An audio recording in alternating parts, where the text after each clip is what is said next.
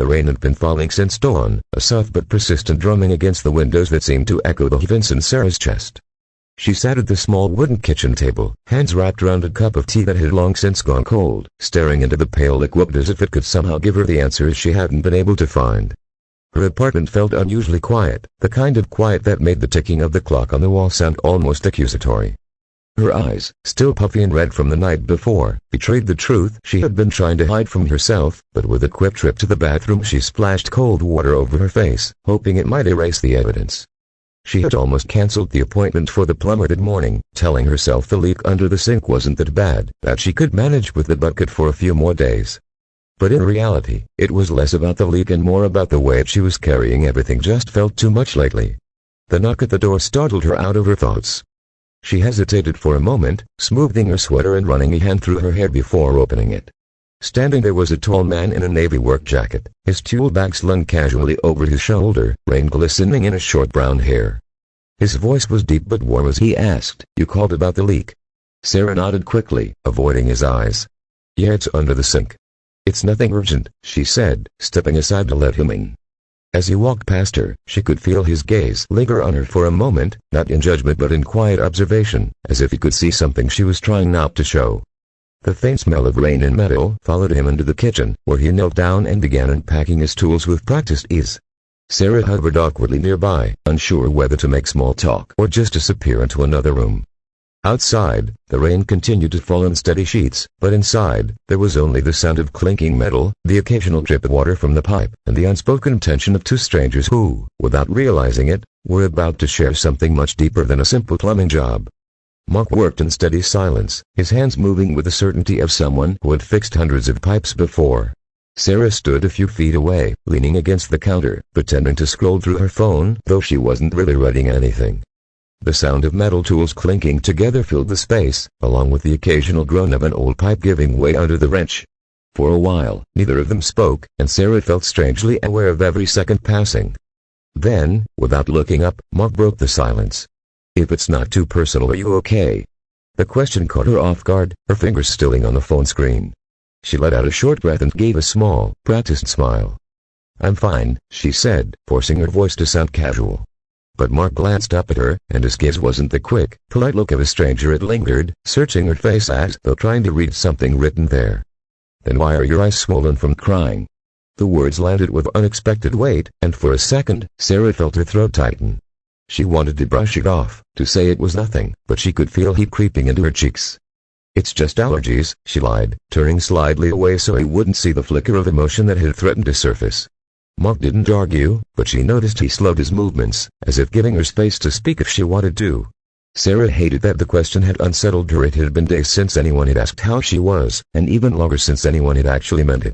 Most people at work avoided her now, their conversations short and clipped, and the neighbors barely made eye contact when they passed her in the hallway.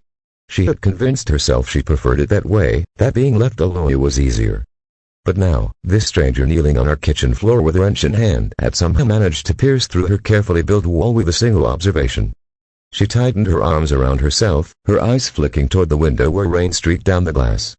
Somewhere deep inside, she felt the faint stirring of a truth she didn't want to say out loud, that she was anything but fine, and no amount of pretending was going to change that. Mark kept working, but there was a subtle shift in his movements, now less mechanical, more deliberate, as if he was intentionally slowing down to give her the choice to speak. Sarah stood there, gripping the edge of the counter, her mind waging a quiet war between staying silent and letting the words spill out. Finally, the dam cracked. "It's my brother," she said softly, her voice almost drowned out by the gentle drip of water. Mark paused mid-turn of the wrench, his head tilting slightly in a direction. "He passed away 2 weeks ago. Heart attack. He was only 38. The wrench in his hand stilled completely, and for a long moment, the only sound in the room was the low hum of the refrigerator. "I'm sorry," he said, and there was no emptiness in the words, no polite filter tone, just a raw, unpolished sincerity that made her chest ache. She stared at the floor, blinking rapidly as if that could keep the tears from coming again. "He was my best friend," she continued, the words tumbling out in uneven breaths. "We used to talk every day. And now it's just quiet. All the time." Mark's gaze softened, and though he didn't move closer, Sarah could feel his attention fully on her, steady and patient. She told him how she'd been keeping herself together just enough to go to work, to pay bills, to survive the days, but the moment she stepped inside her apartment at night, the weight came crashing down. She told him about the nights she couldn't sleep, how she kept expecting to see her brother's name pop up on her phone, and how even small things like her leaky pipe felt like more than she could handle. Mark listened without interruption, his silence speaking louder than any cliché words of comfort. When she finally stopped, the air felt heavy, as though her confession had settled into the walls themselves. Then, with one last twist of the wrench, the dripping stopped. The sound was so sudden, so final, that Sarah almost flinched. "There," he said quietly, placing his tools back in the bag. The leak was gone, but as she stood there, wiping at her eyes, Sarah couldn't help but feel that something else inside her had shifted too, like a wound had been exposed to air for the first time in weeks, and maybe, just maybe, it had taken the first step toward healing when the job was done. Mark zipped his tool bag closed and stood, brushing the dust from his knees. Sarah reached for the invoice he handed her, but her eyes widened when she saw the number less than half of what he had quoted on the phone. This isn't right," she said, looking up in confusion. He gave a small shrug, the kind that tried to play down something meaningful. "Consider the rest covered. Some leaks can't be fixed with a wrench." She blinked at him, unsure whether to protest or simply thank him, but before she could speak, he reached into his jacket pocket and pulled out a small card. It wasn't for plumbing services, but for a local grief support group Thursday evenings at a community center just a few blocks away.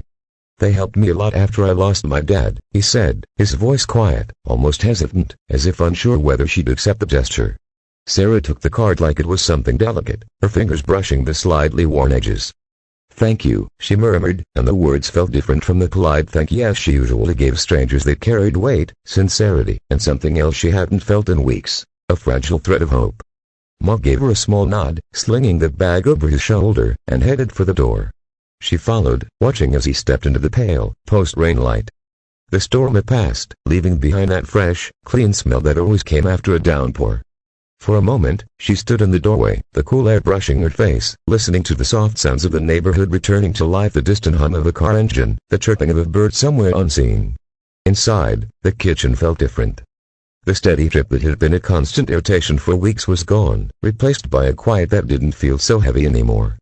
She looked down at the card in her hand, tracing the printed letters with her thumb, and realized that maybe the pipe wasn't the only thing Mark had repaired today.